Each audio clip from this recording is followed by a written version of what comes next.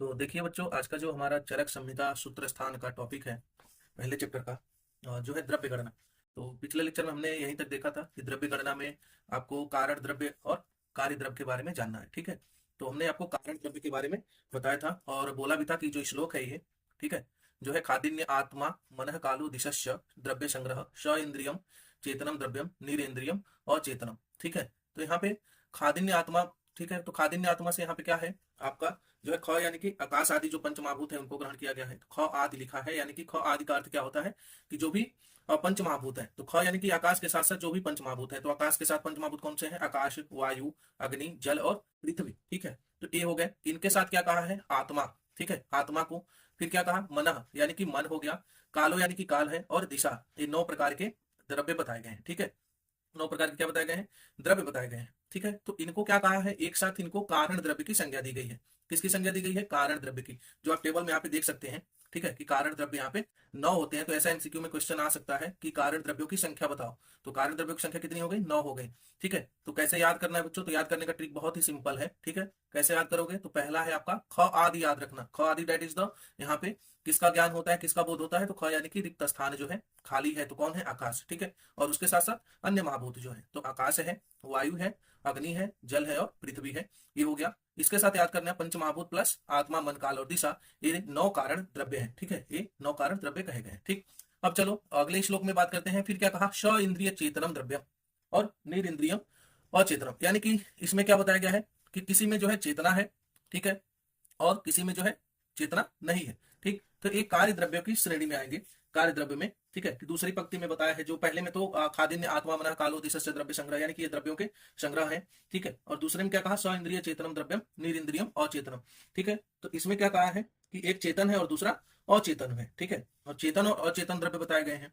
ठीक, तो चेतन और अचेतन में फिर से डिवीजन किया गया, तो अंतश्चेतन और बहिश्चेतन आया। ठीक है, तो अंतश्चेतन और बहिश्चेतन आया। तो यहाँ पे आप लोग देखिए, ठीक है, यहाँ पे देखो कार्य द्रव्य में, तो कार्य द्रव्य में क्या बताया गया है? ये कार्य द्रव्य की श्रेणी है। तो कार्य द्रव्य में चेतन और अचेतन द्रव्य बताए गए हैं। ठीक है, तो चेतन यानी कि जिनमें चेतना होती है, चेतना डेट इज द, जिनमें सेंसेस होते हैं। ठीक है, जिनमें क्या होती है? फीलिंग्स हो, उसको हम क्या कहेंगे? चेतन कहेंगे।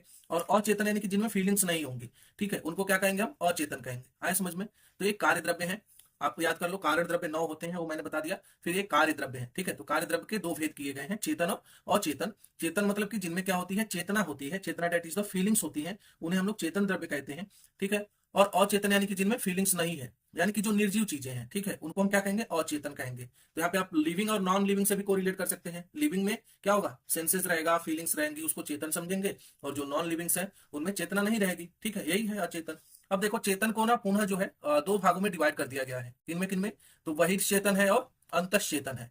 ठीक है, बहिर्चेतन यानी कि जिनमें क्या हो आपकी, जो बहिश्चेतन है और अंतश्चेतन है। ठीक है, तो बहिश्चेतन की जब आप देखेंगे तो बहिश्चेतन में क्या बताया गया है यहाँ पे कि देखो, जरायुज, अंडज, स्वेदज और उद्भिज। ठीक है, ये किसमें आते हैं? आपके बहिश्चेतन में आते हैं। ठीक है, और फिर क्या है? अंतश्चेतन। अंतश्चेतन इसको औद्भिज भी कहा गया है।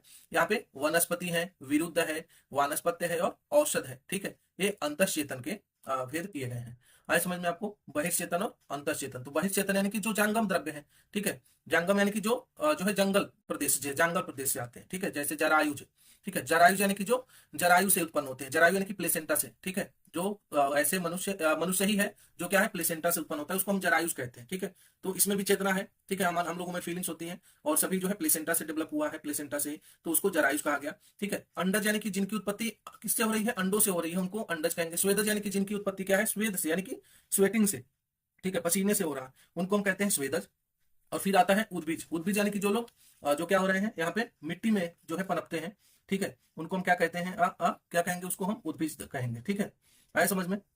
फिर इनके देखो, अंतःचेतन वाले में बताया गया है वनस्पति है, विरुद्ध है, ठीक है, वानस्पत्य है और औषधि है। ये इसके भेद बताए गए हैं।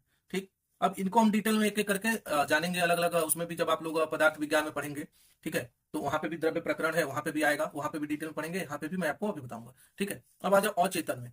अचेतन में 2 प्रकार के द्रव्य बताए गए हैं। कौन से? प्राकृतिक और कृत्रिम द्रव्य। ठीक है, प्राकृतिक होता है और कृत्रिम होता है। प्राकृतिक यानी कि जो नेचुरली हमें प्राप्त हो जाए, ठीक है, जो नेचर से हमें मिलता हो। ठीक, तो उसको हम कहते हैं प्राकृत। और कृत्रिम यानी कि जो मैन मेड होता है, उसको हम कहते हैं कृत्रिम। ठीक है, आया समझ में? तो ये आपका हो गया। ठीक है, कार्य द्रव्य के भेद हो गए, कारण द्रव्य और आपने कार्य द्रव्य जान लिया। ठीक है, अब देखो नेक्स्ट हम इनको अगर डिटेल में जाए, ठीक है, तो डिटेल में जाने के लिए यहाँ पे देखो वनस्पति के बारे में बताया गया है, ठीक है।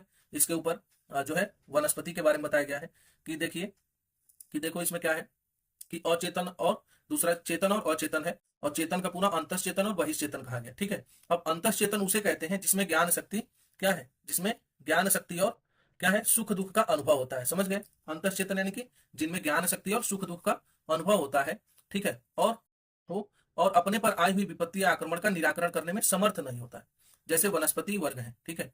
तो वनस्पति वर्ग में तुम्हें बताया गया है अंतश्चेतना का प्रत्यक्षीकरण कुछ द्रव्यों में स्पष्ट पाया जाता है, जैसे लाजवंती है, स्पर्श करने पर सिकुड़ जाती है, ठीक है, लेकिन वो आपको आपने टच किया, ठीक है, तो वो सिकुड़ जाएगी, यानी कि उसमें चेतना तो है लेकिन वो आपको नुकसान नहीं पहुंचाएगा, ठीक है। ऐसे सूर्यमुखी का फूल है तो सूर्य के अनुसार घूमता रहता है, ठीक है। तो ऐसे बहुत सारे एग्जाम्पल आपको बताए गए हैं। तो ये अंतश्चेतन का हो गया। और बहिरंगचेतन क्या होता है, बहिर्चेतन क्या होता है कि जिनमें अंतः ज्ञान होता है और उनके ऊपर कोई आपत्ति या आक्रमण हो तो उसके निराकरण करने में भी समर्थ होते हैं, जैसे हम लोग हैं मनुष्य, ठीक है, हमको हम पे जो है कोई विपत्ति आती है या कोई हमला करता है, कोई आक्रमण कर दे तो हम उसका जवाब दे सकते हैं, ठीक है। ऐसे ही पशु पक्षी भी है, तो ये सब किसमें आएंगे, बहिर्चेतन में आएंगे, ठीक है।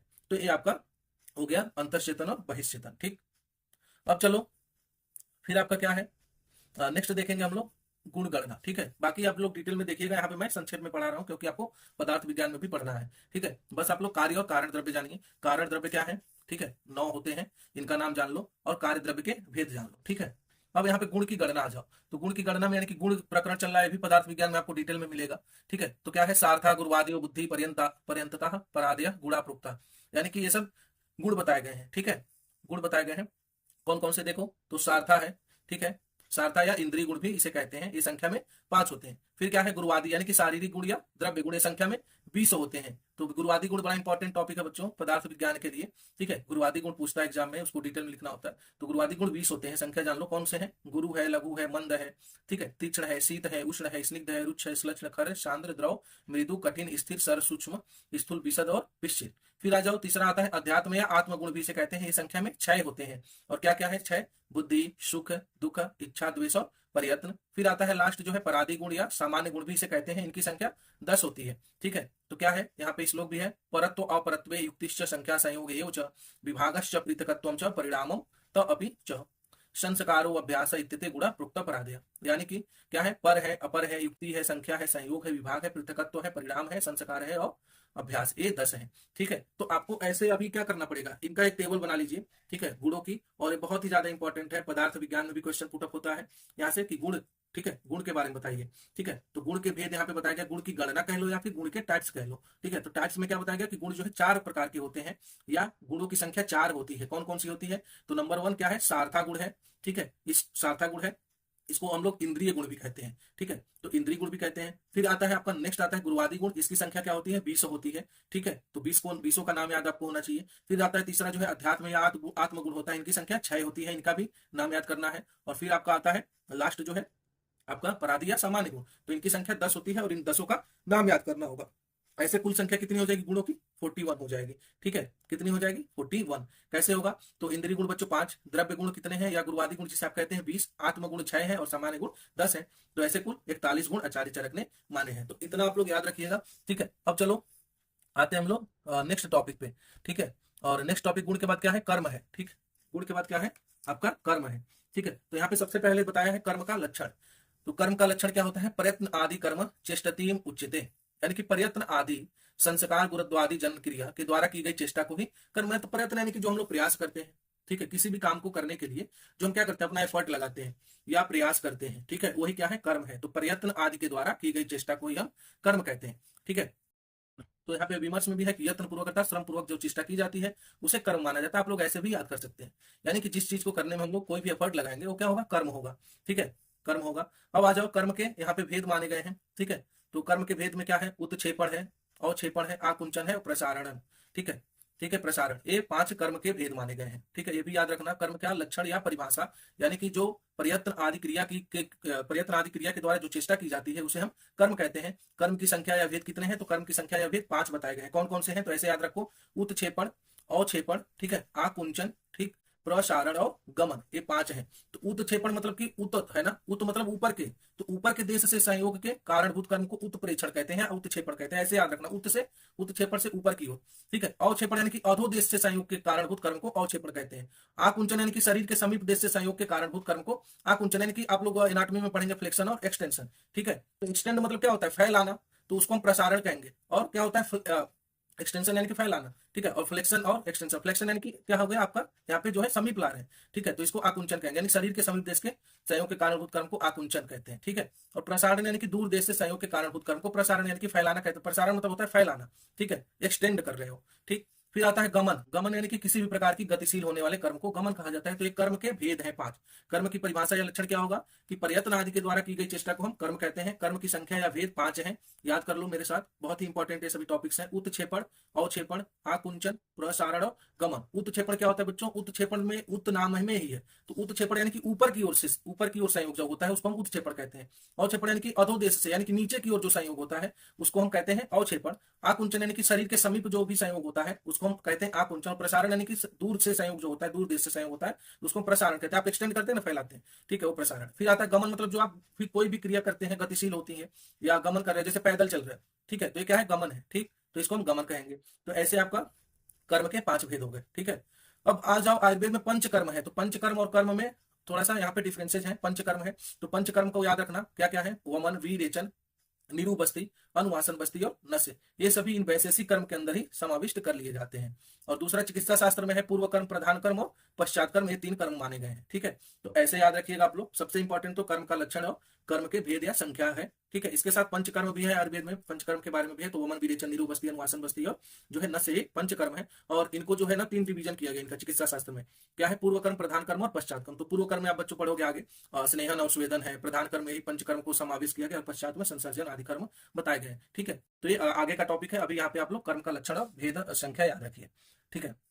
अब आ जाओ, इसके बाद आता है आपका समवाय का लक्षण, ठीक है। ये पहला चैप्टर में यही सब है, इंट्रोडक्टरी चैप्टर है, इंट्रोडक्शन ही है सबका, और लगभग आपको सभी टॉपिक्स यहाँ पे मिल जाएंगे इस चैप्टर में, ठीक है। तो समवाय का लक्षण क्या है, समवायो अपृथक भावो भूम्य आदि नाम गुण मत स नित्यो यत्र ही द्रव्यम न तत्र अनियतो ग्रह, ठीक है। यानी कि पृथ्वी आदि द्रव्यों के साथ गुणों का अपृथक भाव यानी कि अलग न होना ही समवाय माना जाता है। समवाय संबंध है, समवाय मतलब समवाय क्या होता है कि जो क्या हो, जिसको अलग न किया जा सके, ठीक है, जिसको अलग न किया जा सके, यानी कि यह नित्य है, क्योंकि जहां द्रव्य रहता है वहां समवाय संबंध से गुण अवश्य रहता है, ठीक है। यानी कि जैसे कोई द्रव्य है, कोई भी द्रव्य यानी कि मैटर, द्रव्य आप मैटर पढ़े होंगे, तो उसकी कोई ना कोई प्रॉपर्टीज होगी, कोई ना कोई गुण होगा। जैसे आपने एक पेन लिया, ठीक है, तो पेन का भी क्या है, प्रॉपर्टीज है ना, कि हाँ वो थोड़ा सा जो आपने लिया है अच्छे प्राइस रेट में, तो थोड़ा बढ़िया चलेगा, ठीक है। इसलिए आप, या फिर आपका जो है आप किसी स्पेसिफिक पार्टिकुलर पेन से लिखते हैं तो उससे आपकी हैंडराइटिंग अच्छी होती है, तो उसकी क्वालिटी है, उसकी प्रॉपर्टी है, तो उसी को हम कहते हैं गुण। तो किस सभी द्रव्यों में गुण अवश्य ही रहता है, यही क्या है, समवाय है। समवाय यानी कि जिसको अलग ना किया जा सके, ठीक है। तो सभी द्रव्यों में क्या कहा, जहां द्रव्य रहेगा वहां पे समवाय संबंध से गुण अवश्य रहेगा, ठीक है। क्योंकि अगर किसी भी चीज का क्वालिटी ना हो, किसी की प्रॉपर्टी ना हो, तो आप यूज क्यों करेंगे। जैसे स्मार्टफोन है, तो आप लेते हैं तो उसमें स्पेसिफिक चीजें रहती हैं कि जो है इतना रैम है, इतना रोम है, इतना फास्ट इसका जो है स्पीड है, ये सारी चीजें, तो उसकी क्वालिटी है ऐसा। कोई मेडिसिन आप ले रहे हो तो मेडिसिन की भी क्वालिटी है कि जिस पार्टिकुलर चीज के लिए आप ले रहे हो उस पर उसका इफेक्ट होगा, तभी तो आप यूज कर रहे हो, नहीं तो नहीं यूज करते, ठीक है। तो यही बताया गया समवाय का लक्षण, ठीक है, कि जहां द्रव्य रहता है वहां समवाय संबंध से गुण अवश्य रहता है। और अगर छोटा सा लिखना हो तो समवाय क्या होता है, समवाय यानी कि जिससे अलग ना किया जा सके, ठीक है, जिसे अलग ना किया जा सके उसे हम क्या कहते हैं, समवाय कहते हैं, ठीक। चलो अब आ जाओ नेक्स्ट तुम लोग, क्या है, द्रव्य का लक्षण, ये भी बड़ा इंपॉर्टेंट है। और ये डिफिनेशन भी बहुत इंपॉर्टेंट है, क्या है, यत्र आश्रितः कर्म गुण कारणम समवाय यद तद द्रव्यम, ठीक है। यानी कि ये द्रव्य का लक्षण है परिभाषा, तो क्या है, जिसमें कर्म और गुण आश्रित रहते हैं और जो कर्म और गुण का समवाय कारण है, देख रहे हो ना, समवाय वही है, समवाय समवाय कारण है, उसे द्रव्य कहते हैं। तो बच्चों ये परिभाषा आप लोग डिफिनेशन याद रखिएगा, ठीक है, ये आपका बहुत ही यूजफुल है, बहुत ही आगे तक काम आएगा। यत्र आश्रितः कर्म गुण कारणम समवाय यद तद द्रव्यम, यानी कि जिनमें कर्म और गुण आश्रित रहते हैं और जो कर्म और गुण का समवाय कारण है उसे द्रव्य कहते हैं, ठीक है। तो द्रव्य की परिभाषा याद रखिए।